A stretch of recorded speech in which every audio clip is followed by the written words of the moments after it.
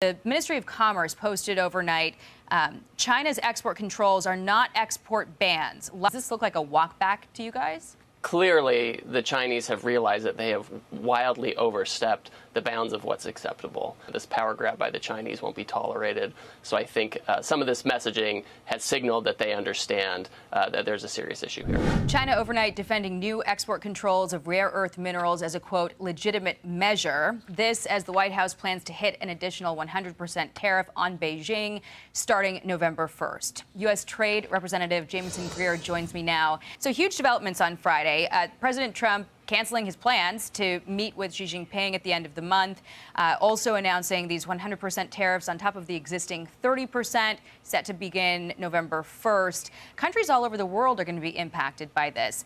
The Ministry of Commerce posted overnight, China's export controls are not export bans. Licenses will be granted for eligible applications. Before the measures were announced, China had already notified relevant countries and regions through bilateral export control dialogue mechanisms. I assume the U.S. was not notified since the president said this came as a surprise. But how do you read this message? Does this look like a walk back to you guys? Clearly, the Chinese have realized that they have wildly overstepped the bounds of what's acceptable. I can tell you that we were not notified, and quickly, as soon as we found out from public sources, we reached out to the Chinese to have a phone call, and they deferred. However, in the past couple of days, I think it's become very clear to everybody that this power grab by the Chinese won't be tolerated. So I think some of this messaging has signaled that they understand that there's a serious issue here. Do you see this meeting happening between Trump and Xi at the end of the month? Well, it could. The president's going to be over there. Presumably, President Xi will be there. If there's an interest in talking, the president famously is always willing to talk. We've already had outreach at the staff level on the Chinese side. So we will see. What I will say is, we cannot allow this new program to assert control over exports of technology in the United States and around the world. That's something that can't stand. And that's a point we should get to, because rare earths are critical for a lot of things, everything from semiconductor chips to electric vehicles. There's been a lot of focus on the tariff threat and how that would affect regular people. But, how could China's crackdown on these rare earths have big consequences? And what is the plan? Does Argentina end up playing a role? Well, listen, we use the term rare earths. They're actually not that rare.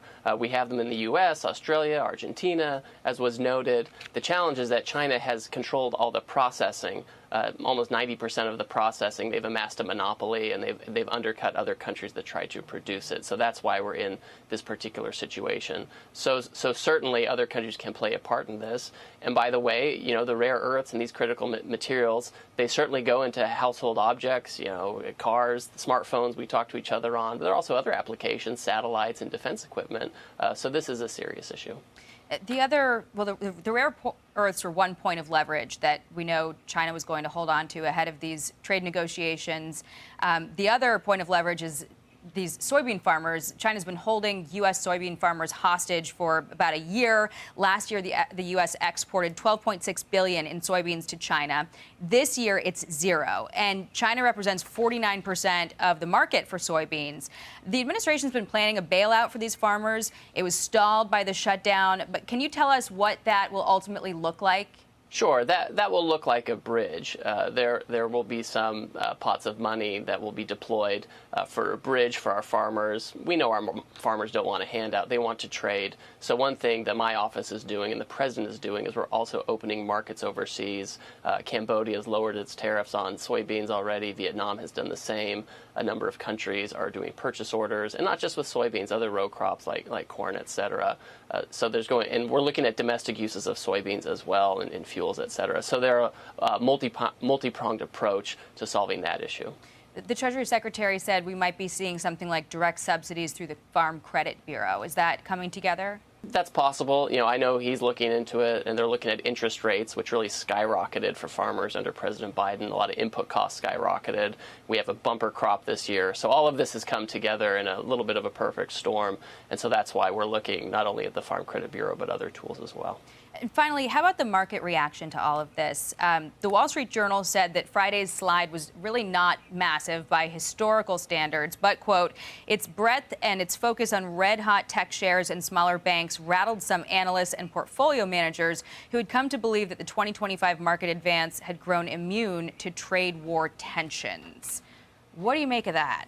Well, first of all, I think that it's common when the Chinese take a broad action like this, purporting to control the world's technology supply chains and have a veto on anything we want to send from America to Mexico or Europe to Australia. I think that is normal reaction for the markets to have some concern. That being said, these measures aren't in place yet. The tariffs aren't in place yet. It's scheduled for November 1st. So I think we'll see the markets calm this coming week as they see things settle out, hopefully.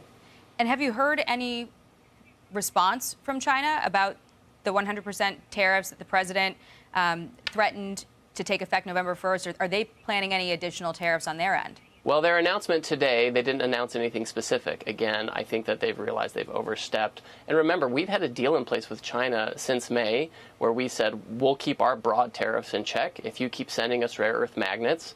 We've kept our broad tariffs in check, and they've decided to expand their controls on rare earths. So clearly there's a violation of our agreement there. So it makes sense that the president would take an enforcement action or propose an enforcement action. So there's certainly room for off-ramps here for China.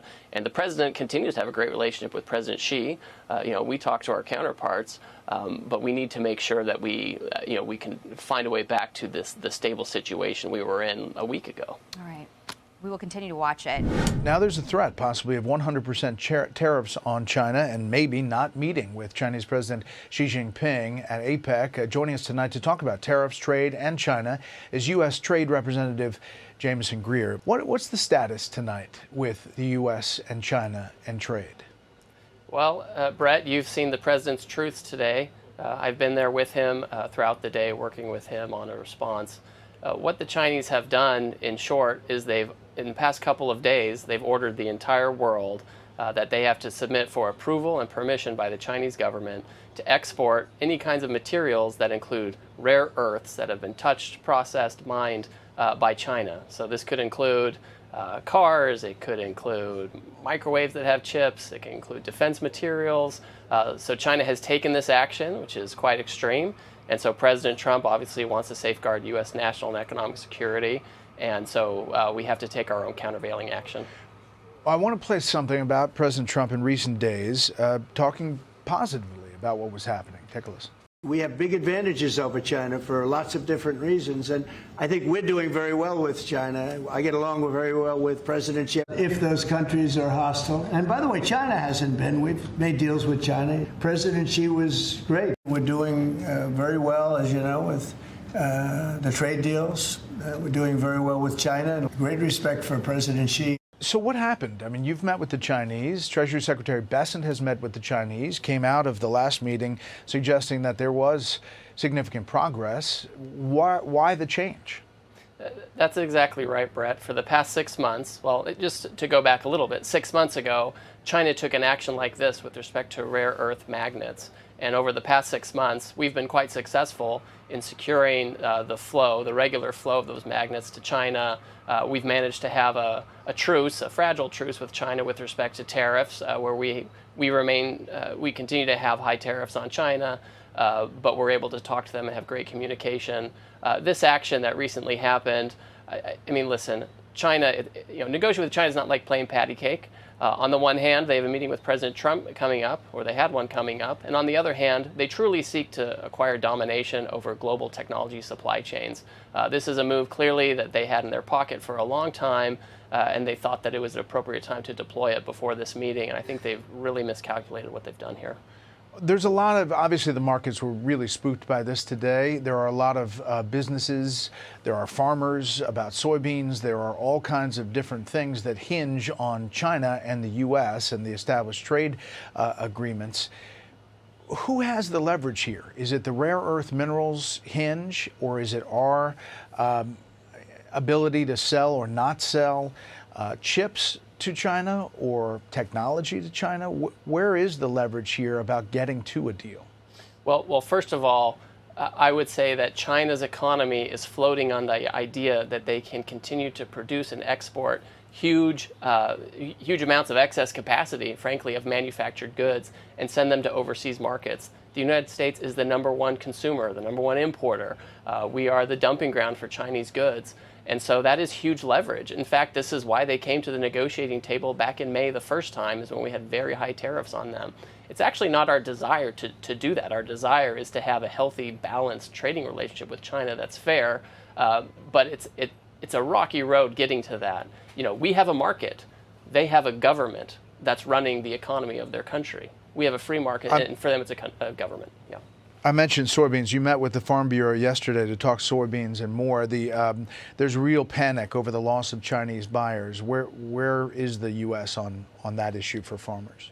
Sure. So one of the things that we're doing, which is so important, is we're opening foreign market access in additional countries. For example, Vietnam has already lowered its tariffs on soybeans. Cambodia has lowered its tariffs on soybeans. We're in talks with several other Asian nations to do that. We're also talking within the White House about domestic uses for soybeans. You know, the challenge is when China takes actions like this, it uses economic coercion to try to influence American politics. Everyone's just trying to make a living here. Our farmers are the victims of Chinese economic coercion, and it's unfortunate, right? And we're trying to find a way through this. You know, back in April, there was this pause, and back then, Peter Navarro, White House senior trade counselor, said we get the potential here to do 90 trade deals in 90 days. As you look at the graphic, the trade deals that have been finalized, there have really only been 7 official agreements that have been reached. So for the people who look at that and say, this is a danger sign looking at 2026, what do you say to them? Sure. So first of all, the deals we've reached cover a huge percentage of U.S. trade.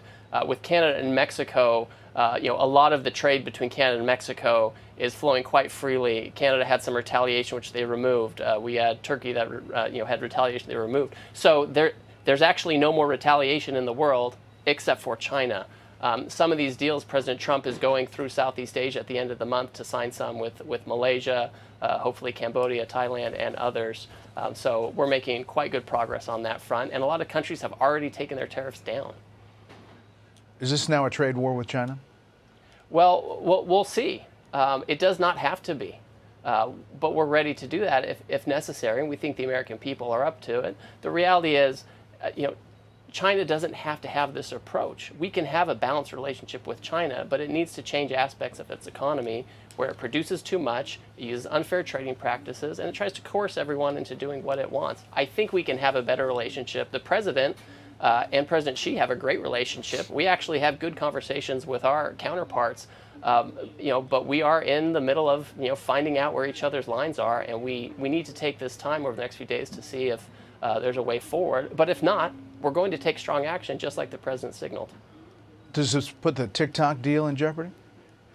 That is a separate issue, I believe. Now, that being said, if things escalate, you know, to a different point, then, you know, who knows what's going to happen. At this point, that has not been part of the discussions. That has not been pulled off the table.